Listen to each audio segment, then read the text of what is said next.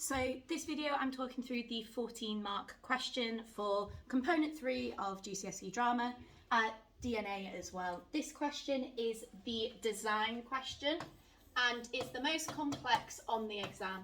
It's the largest amounts of marks available for one question, and it has some kind of hidden things that it wants you to do along the way.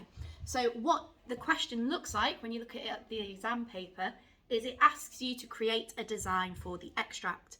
Now, the extracts might vary. It might be one location, for example, the middle of the wood scene, or it might actually span multiple locations. So, for example, a street and a field scene.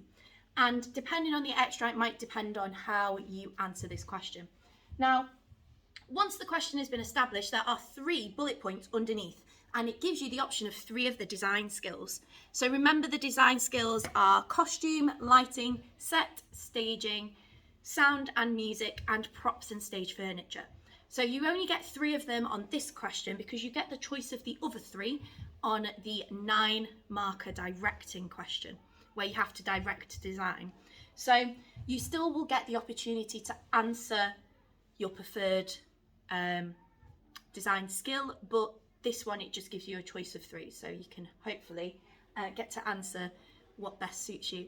So ideal ones for this would be something like sound, lighting, or costume, because there's lots of things that you can do with those. Set as well is a really good one. Props and stage furniture and staging might be a little bit weaker for this question because it wants you to do a lot more. So if you are interested in talking about props and stage furniture and staging, maybe consider, if that's in the 9 marker question, having a go at it then. I would try and avoid it for this one. So as always, we are going to use CIDER as our structure, and what's really clear here is with the context, you are trying to establish your vision for the overall design. So with that, your context could be, if the location is the wood scene, for example, you want to show how the woods is a dark and tense place. So you would, through your design, show that. Or if it's something more personal, like characters or props and stage furniture, you might be able to flip your vision to make it suit the skill that you are looking at. Now, that sentence there, you can also adjust to make sure you're hitting some of the kind of hidden criteria with this question. So not only are you talking about your overall vision, but you can talk about the rest of the play. So maybe what happens in other scenes and other locations. You can talk about the themes of the play. So maybe your design really wants to show the theme of group responsibility, for example. And then you can also reference the OG production and what was going on in the world at the time that Dennis Kelly wrote the play. So a sentence such as, in the original production of DNA at the National Theatre in 2008, they used a minimalistic set design. My vision would be to use a more maximalist set, and then you could go into the details that way. If you're maybe talking about a theme, you could say something like, the theme of violence is throughout the play, therefore the colour palette I have chosen is da-da-da-da-da, and you can go into your details that way. Now, once you've established a little bit of context, you can go on to identify. And this is where, as always, you'll put in your vocab down. Remember, there is a separate bullet point for subject-specific terminology. Especially with this being extended response, you're going to want to put as much vocab in as possible. Kind of like the same that we did with our Component 1 portfolios. You want to just slap every word you know in there as long as it's justified and relevant. Okay? So, for example, looking at lighting, you might want to establish that you know what lighting is, so talking about Fresnels, LEDs, bar lights, floods, washers, gels, whatever else comes to mind, okay? You're trying to establish that you know what it is that you are designing, okay? Once you have done that, you are then going into the discussion, which is filling it with as many details as possible, okay? So trying to be so specific that you're painting an image in the reader's mind. So saying, for example, with costume, if you say I would have the characters wearing school uniform, that's a really valid point. It links to the original play and everything. However, the details would be, I would have them wearing a white cotton shirt. Phil will have a small stain down his because his character's always eating. Mark and Jan would wear theirs untucked to show that they are a little bit rebellious. That kind of thing. So you're trying to give details that make sense and also shows that you've thought through your response as well. What some people do with this is you can tell they over-revise and just regurgitate information rather than actually answering it based off the extract too. So if you can, with your details, let's link it to the extract. So what I mean by that, costume design is an example of this. People have revised costume design, so when they see a costume question, they start talking about Adam automatically. Adam's only in one scene, so you've got to make sure that it is relevant, what you have revised and what you are going to write compared to the extract. So you can't just regurgitate the information that you know. What you can do, if let's say the extract is Leah in Act 1, you can reference other points in the play, like Leah in Act 3 might be completely different in your version.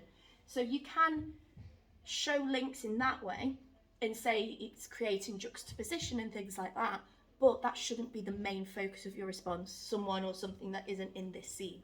So again, with lighting, people talk about the field when it's a wood scene in the extract. If you talk about it in a way that it's juxtaposing or adding to the colour palette of the scene that is in the extract, it can work, but you've got to make sure you're answering the question and the extract itself. So once you've kind of done this, your details as well might also link back to some of these things as well. If you haven't done that and established that in your context sentence, you might be able to link it into your details sections here and your discussion section. Next up, we are evaluating the effect.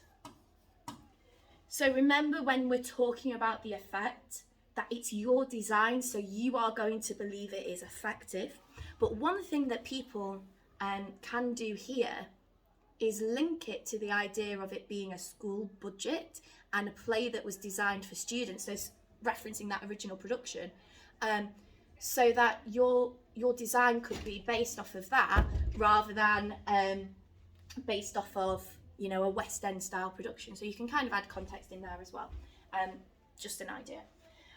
Once you have kind of evaluated your design and the effect of it, you want to relate it to the audience. Now, one thing that again is really clear is that the audience is integral to this response. Sorry, I'm just going to do that. There we go. Again, it has its own bullet point. So you've got to make sure you are referencing the audience. Remember, if you want to link your effect and audience together, you can do and turn it into one sentence. So it is the audience experience. The design is to enhance what the author has done. So if you are enhancing the visual or the aural, so what you can hear, if you're enhancing the themes and the issues, all of that is for the audience. So you've got to make sure you are mentioning them.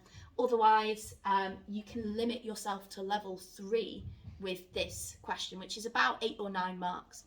If you want level 5, you have to have all of these details, as well as things like references to the original, references to the themes. You're trying to make it as comprehensive an answer as possible.